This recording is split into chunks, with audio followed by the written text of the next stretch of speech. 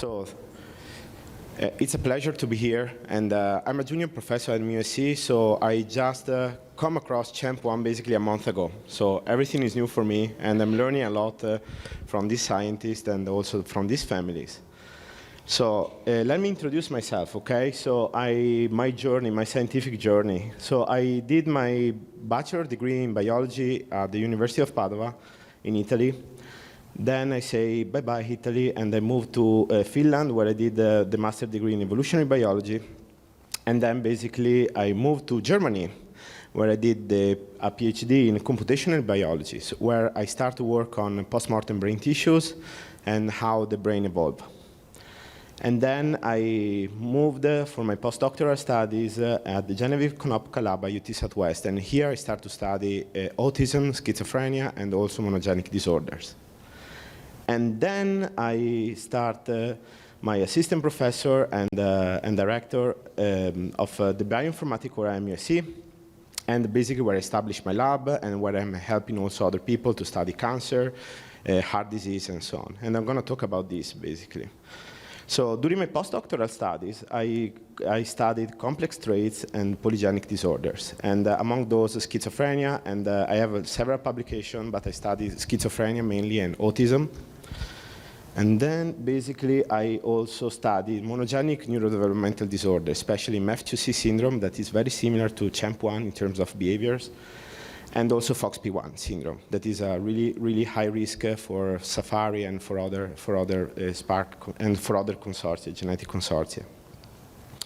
So then next, as I said, I moved to MSc after 1 year in Italy, the block there due to the COVID.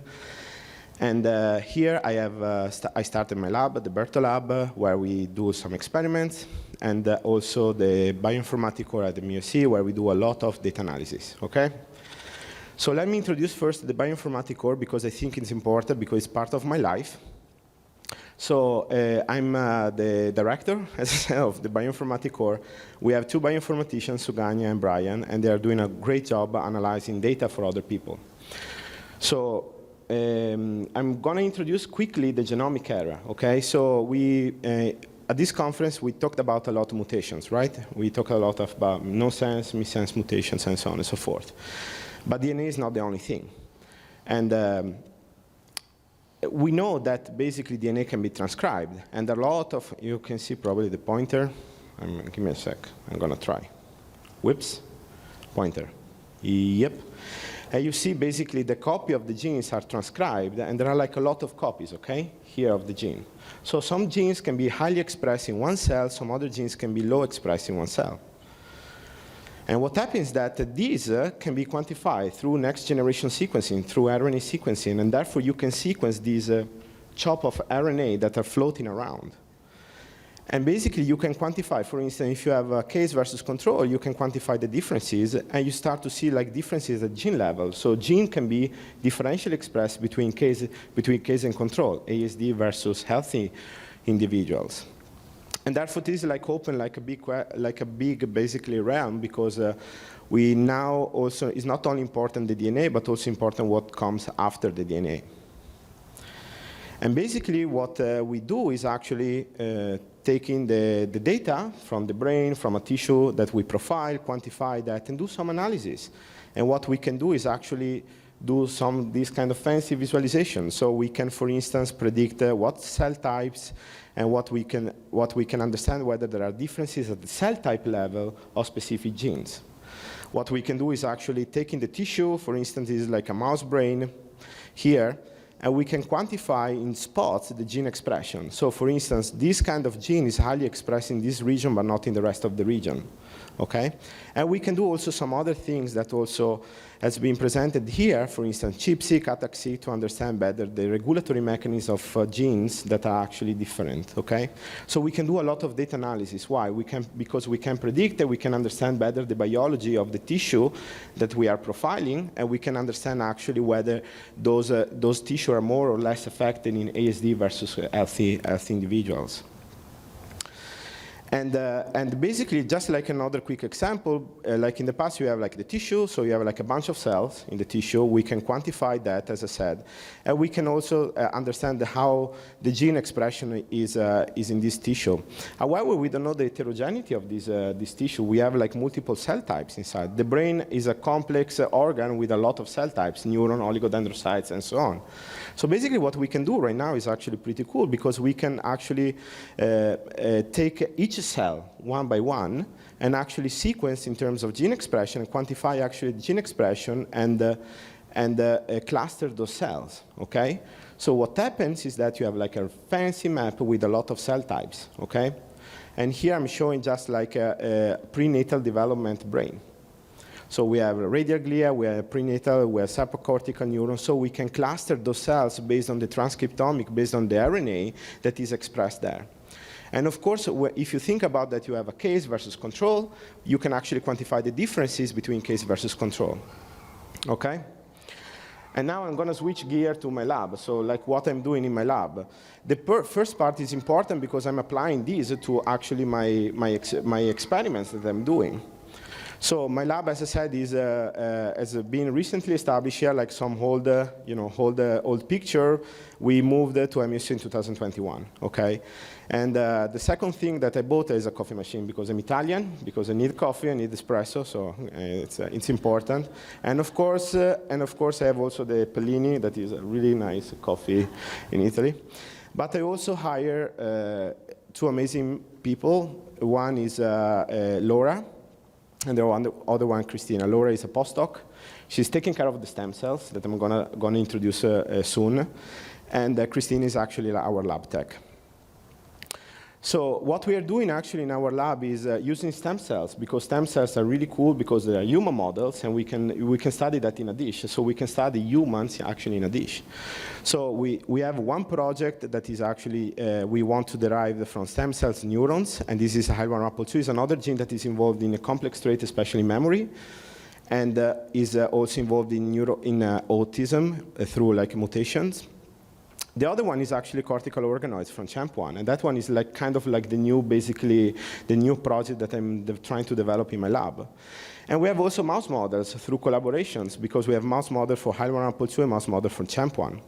And what we are doing with mouse model, of course, behavioral studies, electrophysiological study, try to understand whether these genes of interest affect brain connectivity, and also we have like a really fancy approach where we can do actually in vivo experiment, so like behavioral experiment, and we can map actually the activity of the brain through like in vivo while they are doing actually the behavioral test. So they are like pretty interesting technique that you can do only in mouse because they are in vivo. But my lab basically focus. Sorry. Can you? Where is it? Okay. Focus basically on the stem cells. I'm going to talk about a bit organoids, what they are and why they are useful. I'm not there yet, like we're not there like with the CHAMP1 because we still like working in progress in our lab, but I want to introduce what the organoids are doing. So actually, what is an organoid, right? So organoid, you can basically plate the stem cells, and then you can let them grow through like different, medias and changes and so on and so forth, and you have like this kind of bubble of cells in a dish. And of course, you keep like the same question, right? What is an organoid? I mean, I didn't understand, Stefano. So organoid is actually like a really, really nice in vitro model that can map the spatial organization with cellular connection and broad features of fetal brain development.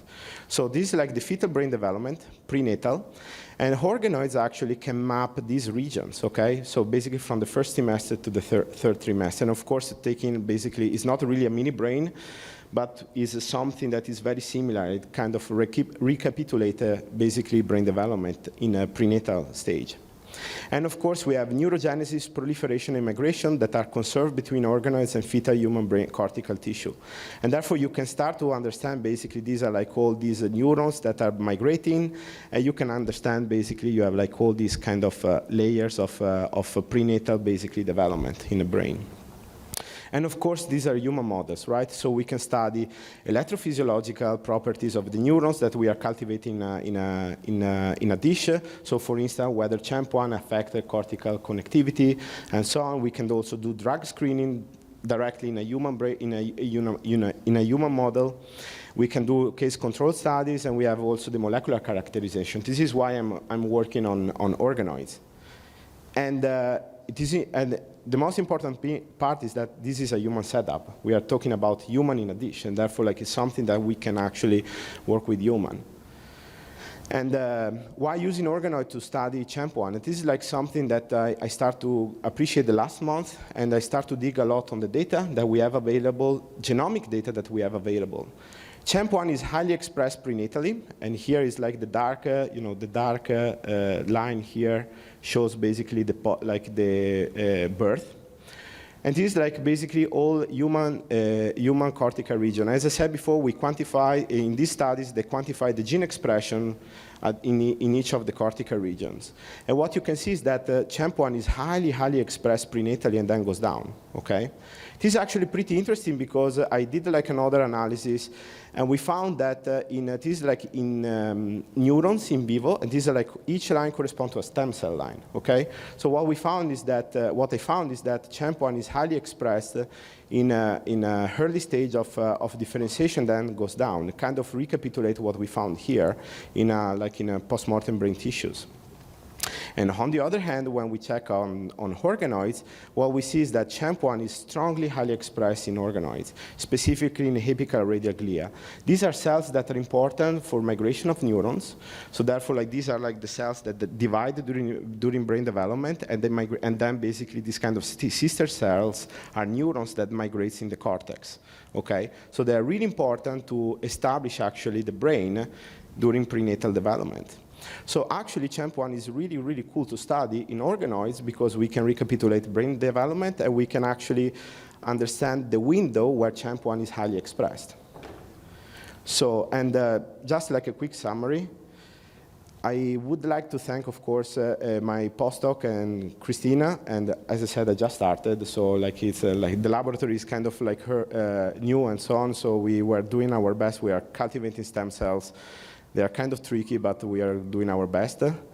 I actually want to thank Dr. Cowan, that is the chair of the Department of Neuroscience, who is actually the one that told me, like, Stefano, please work on CHAMP1 because they need help.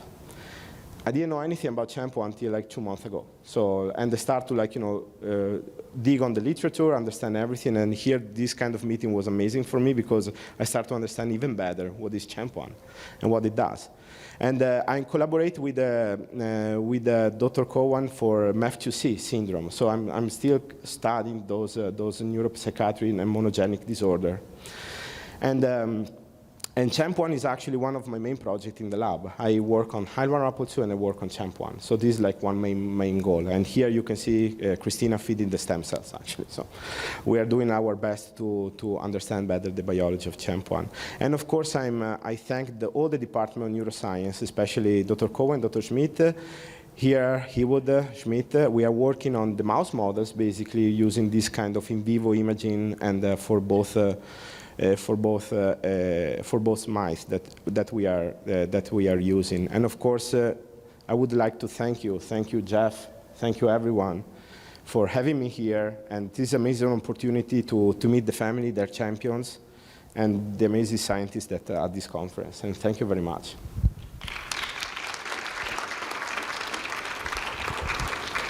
I just want to say thank you on behalf of everybody, and we're blessed to have you here and glad to have, we want researchers like you. We appreciate how open you are to the community and how willing you are to collaborate. So, yeah, of course. So thank you. Does anyone have any questions from the audience?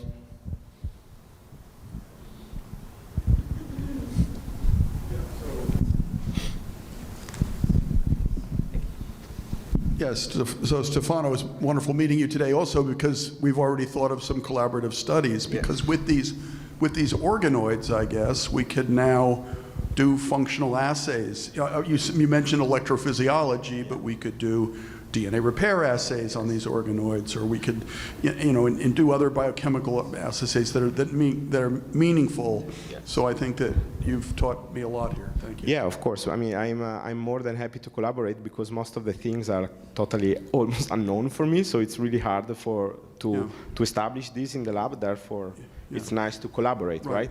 And you see this high level of CHAMP1 in the bulk RNA-seq as well Yes. as the individual Yes.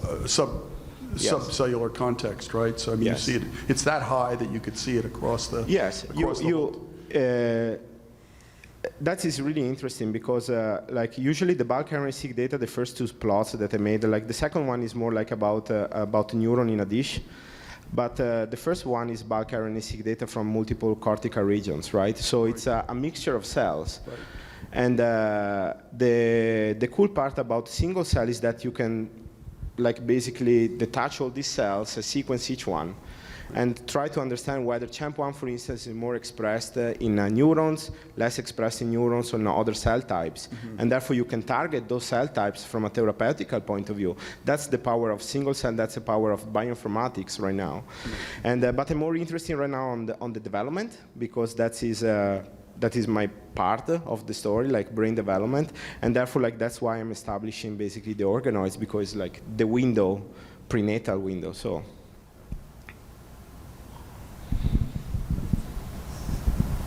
Anybody else? Thank you so much. Yeah, you're welcome.